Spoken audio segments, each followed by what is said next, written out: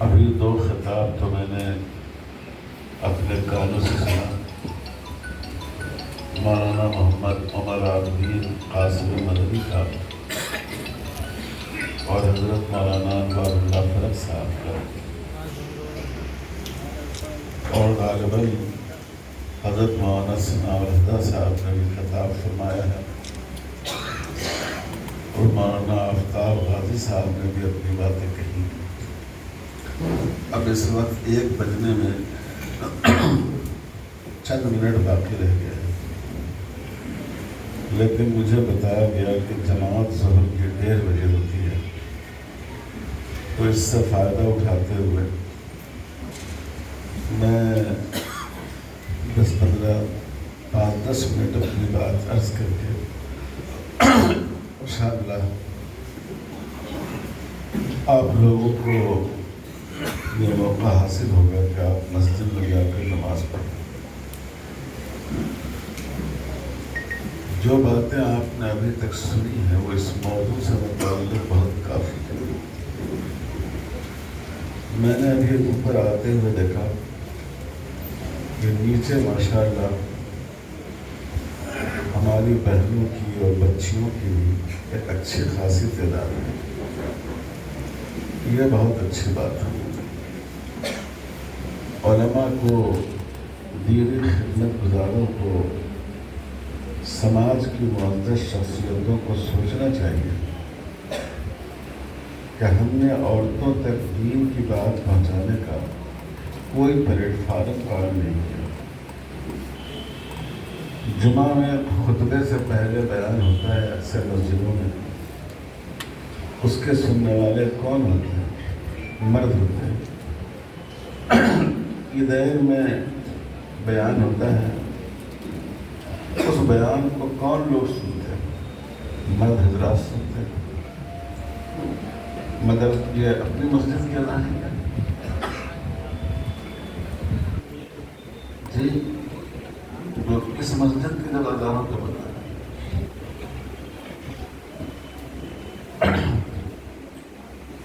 ہمارے یہاں مدرسوں میں سالانہ جلسے ہوتے ہیں جس میں حفظ مکمل کرنے والے بچوں کی دستار بندی ہوتی ہے، مدرسے میں رپورٹ پیش کی جاتی ہے، بیانات ہوتے ہیں، لیکن ان میں بھی مردوں کو خطاب کیا جاتا ہے. تو اس کا نتیجہ یہ ہے کہ جتنی باتیں دین کے کہنے اور سننے کی ہیں زیادہ تر مردوں تک پہنچتی ہیں. تبلیغی جماعت کے اجتماعات ہوتے ہیں، ان میں مردوں کی شرکت ہوتی ہے. تو یہ بڑی بدقسمتی کی بات ہے کہ شریعت کے تمام فرائض اور شریعت نے جن باتوں سے منع کیا ہے وہ منہیات، ممنوعات مردوں اور عورتوں دونوں کے لیے برابر ہے. لیکن ہماری ساری گفتگو اپنے بھائیوں سے ہوتی ہے، مردوں سے ہوتی ہے، اور خواتین سے، بہنوں سے ہم کوئی بات نہیں کرتے، ان تک دین کی بات نہیں پہنچاتے. تو ضرورت اس بات کی ہے کہ ہم ایسے پروگرام رکھیں جس میں بھائیوں اور بہنوں دونوں کو شامل کریں. مزید ایک ستم یہ ہے کہ بعض جگہ جلسہ ہوتا ہے، اعلان کیا جاتا ہے کہ اس میں عورتوں کے لیے بھی انتظام ہے، خواتین کے لیے بھی انتظام ہے. ظاہر ہے آگے مردوں کا مجمع ہوتا ہے اور پیچھے عورتوں کا مجمع ہوتا ہے، لیکن جب مقرر بیان کرنے کو بیٹھتا ہے تو وہ پوری بات مردوں کو سامنے رکھ کر بیان کرتا ہے. اذان ہے، اپنے محلے کے اذان ہے، اذان ہو جاتی ہے.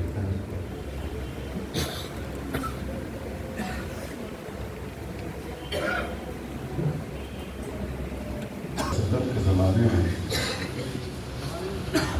روز کا معمول یہ تھا کہ مغرب کے بعد آپ جن زوجہ مطہرہ، آپ کی جن پاک بیوی کے ہاں آپ کی باری ہوتی آپ وہاں تشریف لے جاتے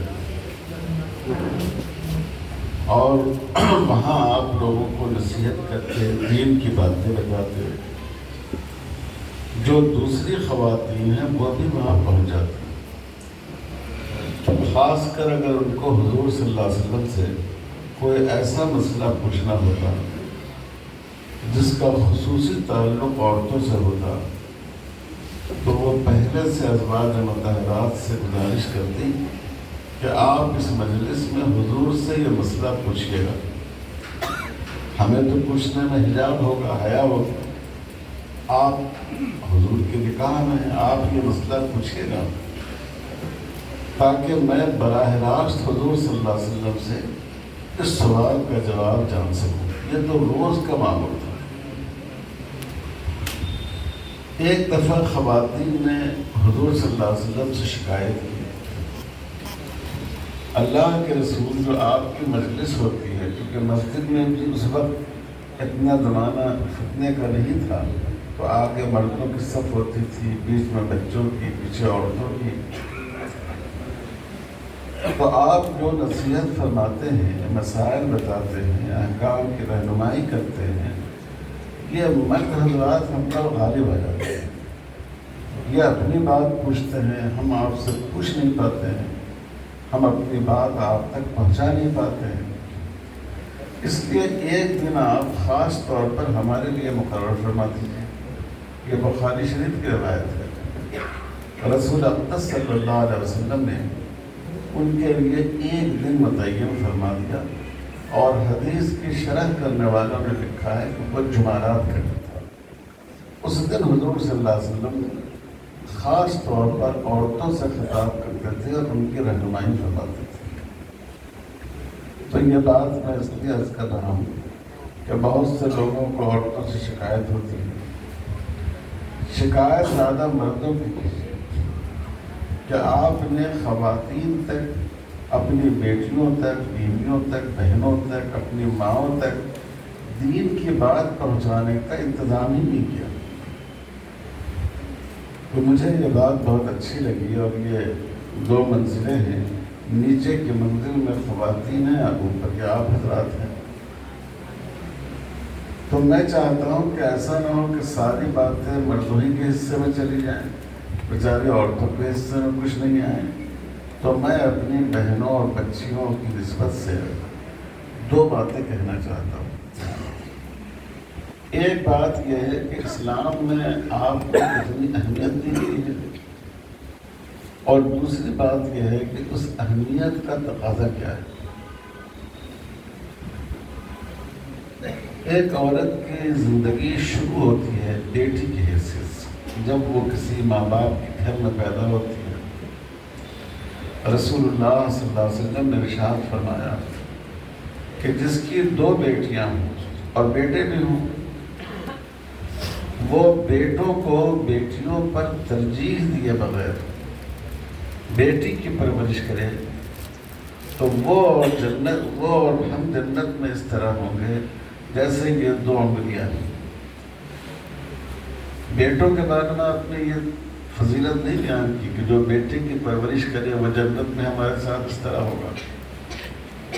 اور عام طور پر معاشرے میں لوگ بیٹوں کے ساتھ ترجیحی رویہ اختیار کرتے ہیں، تو حضور نے فرمایا کہ اللہ نے جس کو 2 بیٹیاں دی ہوں اچھا سلوک کرے، اور بیٹوں کو بیٹی پر ترجیح نہ دے، برابر کا سلوک کرے،